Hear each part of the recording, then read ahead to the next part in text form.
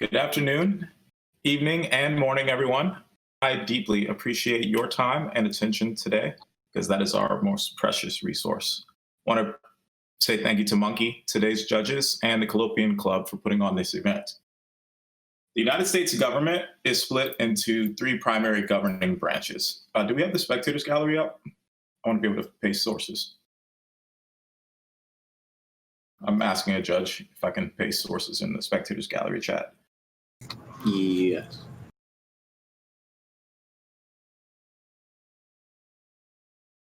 There are three primary branches in the US government that are designed to limit the concentration of power. There's the executive branch, which is headed by the president. They enforce laws. The legislative branch, which is headed by Congress, that the primary responsibility of that branch is to create laws and has the sole ability to declare war. And then finally, we have the judicial branch, which is what we're talking about today, which is headed up by the Supreme Court. It's responsible for interpreting the laws created by Congress. So based on what I just said, it sounds like the judicial branch doesn't, it's not that interesting. But you would be wrong if you thought that, because today, as we discuss the Supreme Court, we will be discussing the branch of government with the most amount of power. The Supreme Court has immense power because it's responsible for world-changing rulings, like the 1954 Brown versus Board of Education ruling, which illegalized school segregation by race. The 1973 Roe versus Wade decision, which legalized abortion nationwide.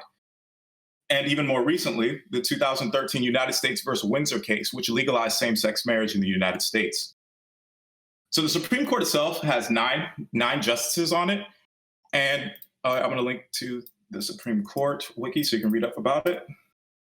But based on the United States Constitution, the nine Supreme Court justices serve for life based off of Article 3, Section 1 of the United States Constitution that says that Supreme Court justices will serve under a term as long as they have good behavior. So that stands for essentially as long as they don't get arrested.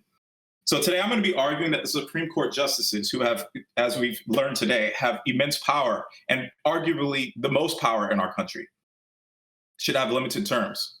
The intent of the founding fathers for having lifetime appointments for Supreme Court justices was to depoliticize the court appointments by making their serving time supersede political power cycles. So in Congress, those political time cycles are 2 years, 4 years, and 6 years. So if Supreme Court justices serve for life, the idea is that they are independent of, they serve independently of political opinion. So now that 200 plus years have gone by, life expectancy has nearly doubled in this country. And long life expectancies can lead to a deadlocking of the court. Currently, the Supreme Court has a 5-4 conservative majority. And the reason why we're even talking about this today is because there's a possibility that Donald Trump can elect another conservative judge, which would lock in a conservative supermajority in the Supreme Court for the unforeseeable future, because the only way that deadlock would be broken is if justices die. Second, unpredictable term limits have deeply politicized the court. In particular, in 1937, President Franklin Delano Roosevelt tried to strong-arm Congress by, so he was trying to enact his New Deal legislation at that time, and the Supreme Court kept overturning his legislation. And so he created the Judicial Procedures Reform Bill of 1937, which was in place to try and force judges to retire, or it was going to allow him to appoint new judges as judges reached 70 years of age. So we have an office that has so much power that other branches of government are actually trying to exert control over that branch. So the argument that the Supreme Court is depoliticized is not true, because you have a president who is trying to force more people on the bench to get his legislation through. And then finally, the last argument I have is that unpredictable lifelong tenure for the Supreme Court has led to absolute randomness in regards to Supreme Court power, in the sense that it's effectively casino gambling, because under the current system, Republicans have nominated 73% of justices since 1973, but they've only controlled the White House for 55% of the time. And I'm going to say that again because that's insane.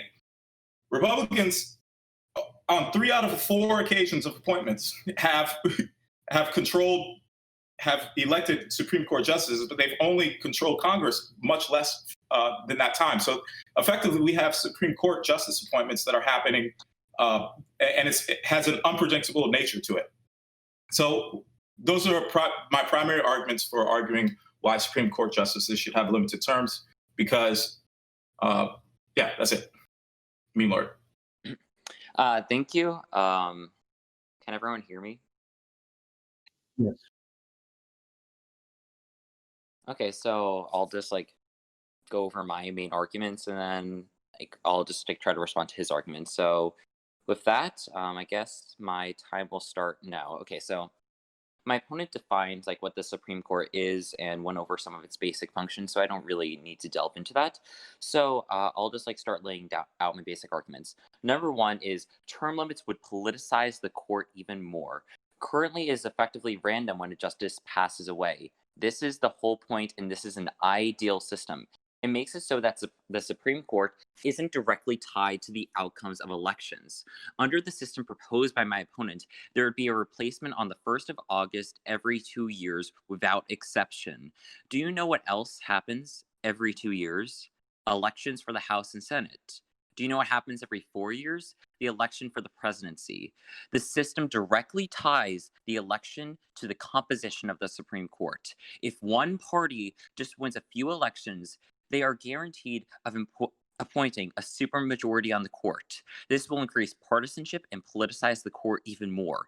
For example, I'll post the link to the study, but Pew Research polls people every single election cycle on their top issues for campaigns. And what they found is in 2008 and 2016, topics like the economy, education, the environment, trade, all made the list. The Supreme Court did not. But during the 2016 campaign, the Supreme Court made the list, but it didn't just make the list, it was near the top of the list. 65% of voters said the Supreme Court appointments were very important to them. This was higher than abortion, the environment, trade, and just the same level as education and Social Security. The only difference between 2016 and 2008 and 2012 with respect to the Supreme Court was that in 2016, there was a vacancy on the Supreme Court, so that the American public knew for a definitive fact that the who was elected president would be able to appoint a Supreme Court nominee. Now, how would it happen, you think, if every American knew definitively every president would be able to appoint at least 2 justices? You directly tie the presidency to the Supreme Court in a manner that makes it politicized. Number 2, it reduces the legitimacy of the court. In the Federalist Papers, Alexander Hamilton argued that the judiciary is beyond comparison the weakest of the 3 branches of federal power. Also, what I'm talking about now is linked in the original article I sent. Okay? And had neither force nor will, but merely judgment. It must have complete independence from Congress and the presidency. This is the best case for independence, was to ensure that Congress could not punish judges by slashing their salaries or removing them from office. So, according to Hamilton, a power over a man's subsistence amounts to a power over his will. So in 2001, 212 years after the Constitution's ratification, Stephen Breyer said, Article 3, basically what the article of the Constitution that talks about the Supreme Court, guarantees compensation and life tenure, not to benefit the judges, but as a limitation imposed in the public interest. They promote the public weal in part by helping to induce learned men and women to quit the lucrative practices of the private sector, but more importantly, by helping to secure an independence of mind and spirit necessary if judges are to maintain that nice adjustment between individual rights and government powers. So what Justice Breyer is saying here is the Supreme Court needs to have life terms if they want to remain independent, if they want to remain a legitimate branch of government. For example, like with term limits, most judges will have a myriad of opportunities after their terms to do whatever they please. For example, if we had an 18-year term limit, Clarence Thomas would only be 60. Do you think he would just like stop doing anything after that happened? Like realistically, he might take up a law practice. He might even argue in the same judges with towards the same judges he's served with. Um, this might create like reduce the legitimacy of the court because yet again, when you in effect tie someone's subsistence to trying to like trying to tie their subsistence to in effect doing whatever they need for their survival, it reduces the legitimacy of the court. So with Clarence Thomas, for example, as I mentioned, he might have to take up a lawyer position, he might have to do whatever, and that might affect his judicial rulings while he's on the bench. He might do decisions that are favorable to one company or another if he knows he can get a valuable lawyer position after he decides to retire. This raises a considerable concern, especially considering that oftentimes judges run for federal office. What if they decide to do multiple decisions, which may even be unconstitutional, but some people might like them, so they can easily get into power? Then lastly, and possibly most importantly, this would erode the doctrinal stability we currently see on our court. So, according to a source from my own opponent, having Supreme Court term limits would lead to basically like massive instability in terms of Supreme Court decisions. I'm going to link the article my opponent sent me now. But the article itself that he sent me says, if we had term limits, Roe v. Wade would have been overturned in the 80s, reaffirmed in 2009, and then overturned again in 2017. Under this system, you could easily have it that you go from unanimous no to a unanimous yes to a unanimous no, all in the course of a few decades. This would completely erode legitimacy, but also like just in like practicality, it could mean that like cases could go from being like guilty to innocent in a matter of years. So I would say like for these reasons, you must not implement term limits. It would degrade our courts. So you said a lot of different things there, MemeLord. You essentially gave us an entire essay. So let's address each one of your points one by one. You mentioned, let's actually start from the foundation where you mentioned the Federalist Papers that were written by Alexander Hamilton, where he argued that for the Supreme Court to remain independent, that you needed lifetime terms. I'm going to paste a picture from, I can't paste it. All right. So I'm going to link a PDF from 2005.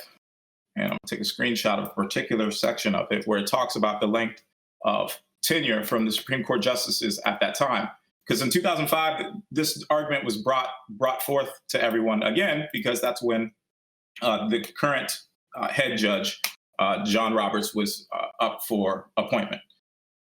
The problem, so if we just talk about the fundamental idea of lifetime tenure, the issue is back in the 1700s, the average lifespan was much lower than it was today. So the original intent of the founding fathers was for somebody to serve 18, 20, 25 years at a time.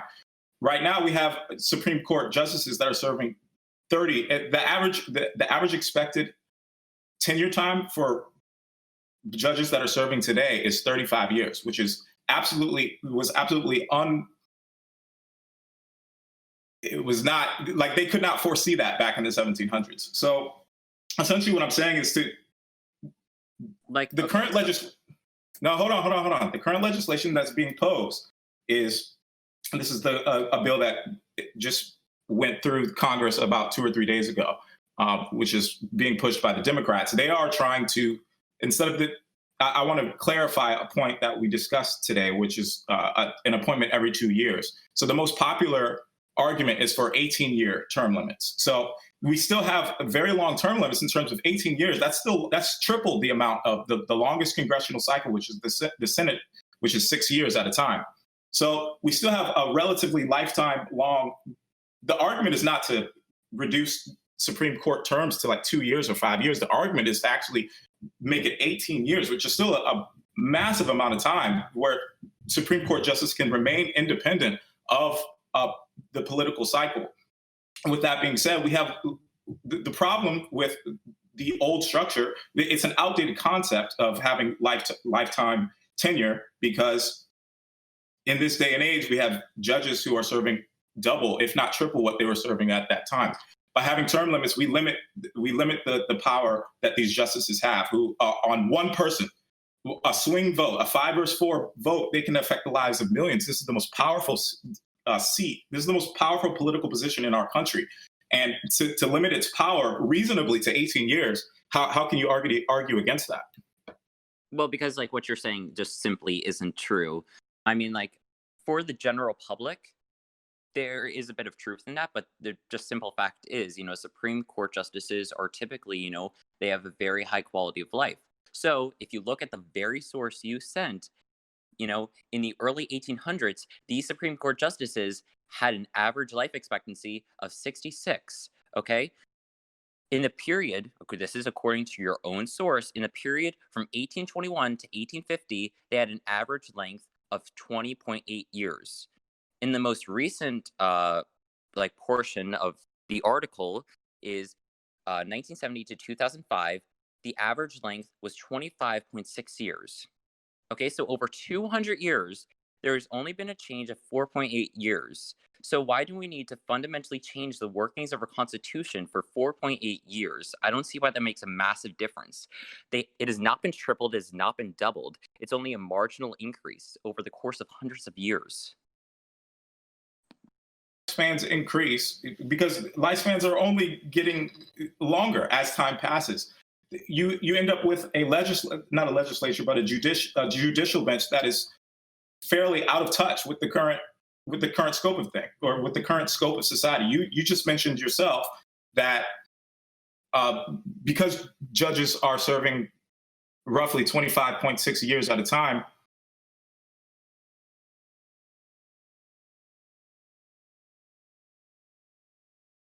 not sure where I was going with that, guys. I'm not gonna lie to you. Essentially, we have these justices that are serving for such long periods of time that the probability that they're going to become out of touch with society. Okay, I know you said it. You mentioned that this is effectively a cush position. This is not the very these justices have very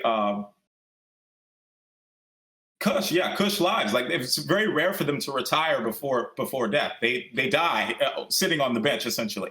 So the lifespan argument is the most critical one, because here we have judges that are serving for long periods of time, and they are no longer, they're making $250,000 a year.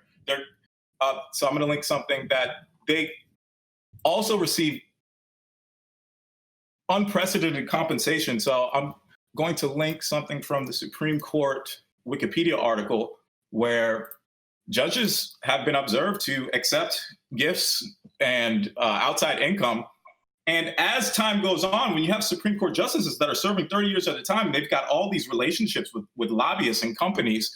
Like, you just have this entrenched position where if somebody's serving 30 or 40 years at a time, you got to get those people out of there. That's the whole rationale for term limits in general.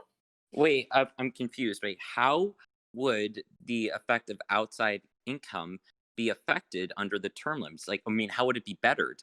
Because as I described in my opening statement, it would just make them want to be able to get a nice job, or at least some sort of position once they retire and lose that $250,000. They're not going to just be able, they're probably going to want to make a source of income, is my point. So when they try to get more of those gifts, when they try to get more of that outside income, and when that reduce the legitimacy of the court in a way? Reduce the legitimacy of the court, because ultimately our entire lives are run by the relationships. The only gatekeepers that we have in our lives are the people that we know. the jobs that, this is why nepotism is such a problem in modern societies everywhere, because when someone achieves a CEO position, oh yeah, I'm going to get my friend in there. There's capital cronyism. This is a major problem in the United States Congress. Term limits, they sever those connections. Like when 18 years is up, it's gone. All that money you got, all those millions of dollars, all those really nice trips, it's over. Like a lifelong tenure, those relationships stay in place. Now you're becoming friends. You're going on boat trips. Like I don't understand how you can argue that term limits are going to further increase capital cronyism in the courts. Like how can you, like, that's the whole rationale behind term limits. I mean, like, you're kind of acknowledging my point. You specifically said, like, everything they have, all their money would effectively be gone, So, like, when they try to get money after they leave the system, and when they get a lot of money by trying to accept more outside income and get more gifts, by maybe manipulating their decisions to benefit certain corporations or certain people. I think my argument's been made on this point, so I'm going to address another point that you made, which is that the court appointments have been politicized. Or yes. You said that, court appointments, if you do have term limits, would increase politicization of the courts. I would argue that the politicization of the courts are already at its highest level. I have a link from YouTube, and this is actually when Kavanaugh got appointed. I'm going to link to something this is from the horse's mouth. This is from Donald Trump himself. If you watch this clip, at 56 seconds, Donald Trump says, outside of declaring war or determining peace, it has been said for a U.S. president, the most important decision a U.S. president makes is the appointment of a United States justice. This is why the fact that we're having this debate alone lends credence to the fact of how important of a decision appointing a Supreme Court justice is. And you have people who are, let me mention our recently deceased Supreme Court judge, Ruth Bader Ginsburg, who on her dying deathbed, she wasn't concerned with heaven or hell. She wasn't concerned with world peace. Her dying wish was to ensure that another president was in place before someone was appointed to her spot on the Supreme Court. This is not a political science major in college. This is not some lawyer on the Yale, or some young lawyer who's in college at the Yale Law Review trying to develop clout for himself and write some essay talking about whether term limits are good or not. No, this is from one of the most powerful people in the history of our country, saying that the most important thing that I care about is who is going to replace my spot on this bench. Okay, but my question is, how do term limits solve the problem? Because I read the bill you sent me from Ro Khanna, and in the bill, he says that when a person dies or retires, they will be replaced by an appointee from the president, who, might I add, isn't voted on by the Senate. So if you want to talk balance of powers, but that's another conversation. So how would that be solved? Under the current system, Trump would instantly appoint whoever he wants to the court until the end of her full term. Like, in effect, like, you're not solving the problem. I would say, in effect, you're worsening it because you're reducing senatorial accountability. Good point. So I want to bring up a few other ideas that I came across in my research, which are, by appointing term limits, you statistically almost ensure that a new judge is this quote that I'm about to read from is from Politico. But you statistically almost ensure that there's a new judge that's going to be appointed every 2 years, which was one of your arguments, saying that that's going to swing the bench. But what term limit of 18 years would ensure, almost statistically ensure, that the article that I posted does not happen. Richard Nixon got 4 court vacancies in his first term, and you have Jimmy Carter, who served for 1 term. He got 0 court appointments. By putting term limits on the courts, you reduce the gambling nature of, oh, let's wait for this person to die, or the ability for justices to retire with political ambition for the person coming in after them. By having term limits of 18 years, we reduce the gambling nature of it's world news when a Supreme Court justice dies. It shouldn't be that important. Like by introducing 18-year term limits, and I mentioned this in my opening statement, where Republicans have nominated 73% of justices since 73% of justices since 1973, despite controlling the White House only 55% of the time. The reason why is because people die at random times. Here we are, we're determining that I've already argued that the most important political institution in our land is a Supreme Court justice seat. And it is subject to the winds and whims of disease and dementia. Like, how can we have the most important aspect of our country be subject to whether a justice lives or dies? The vast majority of other democracies in the world have term limits also. Like, why is it the United for their Supreme Court justices? Most other democracies in the world have mandatory retirement ages, if not hard and fast term limits. You have the UK, which has mandatory retirement ages at age 70. You have Australia also. The Canadian Supreme Court justices have a mandatory retirement age of 75. Like, what? It's clearly an outdated concept if you have the vast majority of modern democracies who have term limits on their Supreme Court justices. And it's typically due to old age. It's not.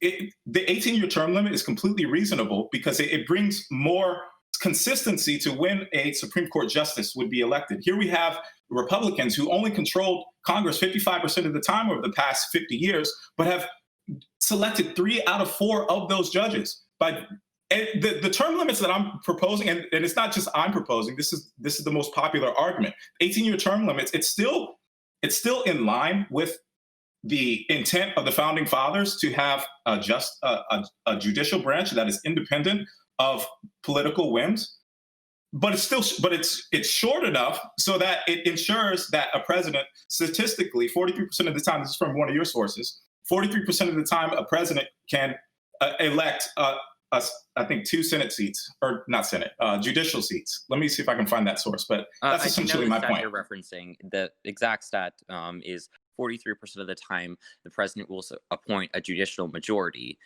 But that's right. But I kind of find it interesting you're using that to like support your side because I'll try to find the exact source, but statistically, like justices that are appointed by the president, and the president is the most often a litigator in the Supreme Court, they disproportionately favor the president more often than would be expected when dealing with a president of the same party. I think this is the article that talks about that. I mean, like, in effect, you're kind of just like committing murder and then deciding who's your jury, like, individually. The 43% statistic is used by people on your side of this argument to say that that's going to allow politicians to sway the Supreme Court. It's going to increase politicization of Supreme Court justice seats. What I'm arguing is that 18-year term limits are long enough to represent a somewhat lifetime tenure of the 1700s. But then it also, because it's shorter than the average expectancy for current Supreme Court justices, which is 35 years, it's short enough to ensure that most 2-term presidents can select 2 seats. So without these measures in place, we have Republicans who have the ability right now, who have a 5-4 seat majority in terms of conservatism. If Donald Trump elects a Supreme Court justice over the course of these next 2 months before the election, he's going to lock in a conservative supermajority of 6-3.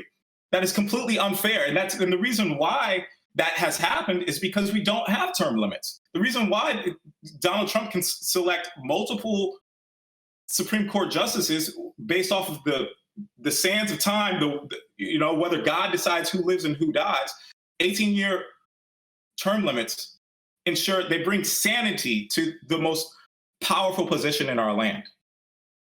Okay, I just want to say my phone's on like fairly low battery, so I'm just going to switch to my computer really quickly. I'll be back in like 5 seconds.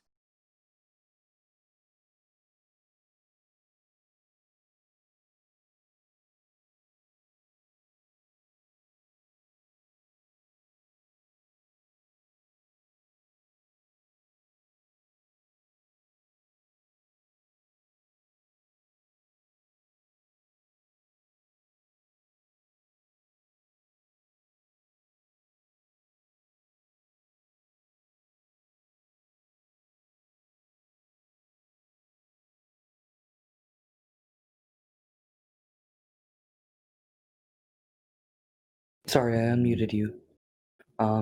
Yeah. Okay, thank you. So, like I said, the whole genius of the Constitution is in how it is not term limited. Because, as I said, the whole point is the randomness. That is the ideal system. You do not want it to be a predictable system. Because, as I said, and you haven't responded to this point, in 2018 and 2012, the Supreme Court was not in the top list of issues. It was not a overall politicized institution relatively, but in 2016 it was among one of the highest issues. It was far above abortion, it was far above the environment, it was far above trade. That was only because everyone knew whoever was elected would get to appoint a Supreme Court justice. How would that be fundamentally different from your system where everyone knows that every president gets to appoint 2 justices? It's because of the term of the justice's tenure. So 2 years, that 2-year statistic, each justice still performs a lifetime-like tenure in line with the intent of the founding fathers.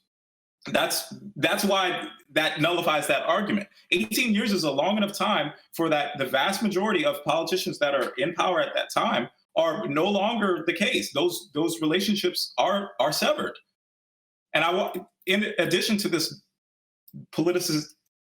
increased politicization argument that you're making, I want to again refer to the 1937 Judicial Procedures Reform Bill of 1937, where FDR, the president at the time, Franklin Delano Roosevelt, he actively weaponized the Supreme Court justices against Congress. He proposed that when justices turn 70 and a half years old, hey, I want to be able to appoint a new judge. The reason why is because his New Deal legislation at the time was getting overturned by Supreme Court justices. He weaponized the Supreme Court to try and force Congress to force the Supreme or to additionally appoint judges that would be in favor of his legislation. How would this change into your system? It would still be completely legal as long as you have a majority in Congress to pack the court and change the number of justices. Nothing would fundamentally change between what you're trying to criticize me for, and I don't even support court packing, and what you're supporting. It's true. Court packing is not the subject of this debate. There is no constitutional requirement that the Supreme Court has to be nine judges. It can go up to 11, 13. That's true. But it's the actual aspects of this bill is less important than the intent. By having 18-year term limits, that removes the ability for somebody to say, oh yeah, we need to impose term limits. Like, this was a president who's trying to impose a term limit by saying at 70 years old, we're going to appoint a new judge. This is effectively him imposing his own gerrymandered form of term limits. By introducing a constitutional term limit, we reduce the power of the other branches, legislative and executive, like the president, from being able to manipulate the courts. That's the entire intent. The entire intent of the Federalist Papers, written by Alexander Hamilton, which defended the idea of a court without term limits, was to insulate the courts from the pressures of the legislative and the executive branches. But my thing is, you talk of checks and balances, and that was one of the Wikipedia articles you sent me. And while that is an admirable goal, that is not what you're describing. I read the bill you're talking about, and like I said, it would make it so that the president could appoint literally anybody to fill the slot, and they would not need senatorial approval. And also in that bill, it said that if the Senate does not vote on a nominee within 120 days, they are instantly confirmed to the court. How is that not a violation of the same checks and balances you seem to promote? Isn't that just the overstepping of the executive authority? Well, I am running out of time, everyone. I have 1 minute left. So I want to close and say, you have Ruth Bader Ginsburg on her dying breath saying, make sure that nobody gets appointed in my place without a new president. Term limits on the courts reduce the power, the massive power that the Supreme Court currently has. The intent of the founding fathers was to depoliticize court appointments by having a lifetime tenure. That lifetime tenure has doubled what the original intent of the founding fathers were. Here we have a situation where we have a possible conservative supermajority that would have an unforeseeable future without term limits. Unpredictable term limits have definitely politicized the courts. What MemeLord was saying was essentially that by having term limits, that's going to increase politicization. I've proven through historical precedent that that's already the case. Thank you. MemeLord, you have 7 minutes and 45 seconds left. Okay, I'm probably not going to use all of it, but like I'll just like respond to his arguments and then like end there. Okay, so I would just like to go over some stuff I've already said. So for starters, he said, they said that it would lead to the doubling or tripling of Supreme Court. Because like Supreme Court terms have doubled or tripled, it's like the Constitution has changed. It's beyond what the founders intended. And if this was the case, this would be a perfectly reasonable argument. The fact is, this is just not true. According to his own source that he sent, and I'll just resend it, in the period 1821 to 1850, the average term was 20.8 years. 20.8. Between 1970 to 2005, the most recent period that this article that he sent logs data, the average length of term was 25.6 years. This is only an increase of 4.8 years. This is nowhere near doubling. This is nowhere near tripling. Over 200 years, there's only been a change of 4.8 years. In my opinion, such a small change is not sufficient for a massive constitutional change. But yeah, I just like wanted to repeat it. So then like let's just like run down some of the other stuff he said. Most of this isn't like stuff I haven't said. I just would like to repeat it. Probably the big thing would be, he talked a lot about like the three branches of government and how, we need checks and balances and, like the whole federalism thing. And also like how originally Alexander Hamilton wanted life terms specifically to depoliticize the court. And I found that really interesting that he said that, because yes, that's the whole point. And nothing has fundamentally changed because, contrary to what he said, life terms haven't really expanded by that much. It's only gone from 21 to 26. That is not a massive change. It does not fundamentally change the intent and the application of the Constitution. So, I mean, like, if you want to talk about the balance of powers and what we should do, the very system he's doing would lead to executive tyranny. It could appoint people to vacant slots without any senatorial approval. And if the Senate does not vote on a nominee within 120 days, the nominee is instantly seated on the court. In my opinion, this is a massive violation of the checks and balances that my opponent seems to promote. Okay, thank you. 5 minutes. Also, I don't really necessarily care if like the process of justices being eliminated is replaced as random. That's the whole point, is to make it so that it is not inherently tied to any like time or election. The whole point is to make it so it is independent of politics, and that is what has happened because of it. We can see that during 2016, and only 2016, in modern political history, we don't really have polls for 2020, so I'm not really concerned with that. In 2016, the Supreme Court was one of the top issues, and that was only because people knew that whoever won would be able to appoint another justice. How would that be different if they knew that no matter what, the president would appoint at least 2 justices? Randomness is the beauty of the system because it separates it from the political process. if we do not want further partisanship and polarization and politicization in our country, we must not implement this. Furthermore, my opponent didn't really respond to this argument. And he even made the argument for me at times, but this would just like reduce the legitimacy of the court. As my opponent said, currently there is a big problem with outside money and gifts in the Supreme Court. I ask, how would this be any better under his proposed system? Especially considering that judges would search for sources of income or jobs after they leave the court. Wouldn't they try to make biased, even unconstitutional decisions that might favor them later in life, or might even land them like a public official position, or might get them like a Senate job or whatever? If we implement life terms and keep the status quo, then we can make sure the Supreme Court is an institution that is independent and legitimate in the eyes of the public.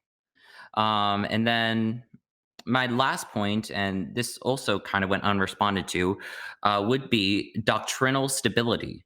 What I mean by that is precedent is upheld over time.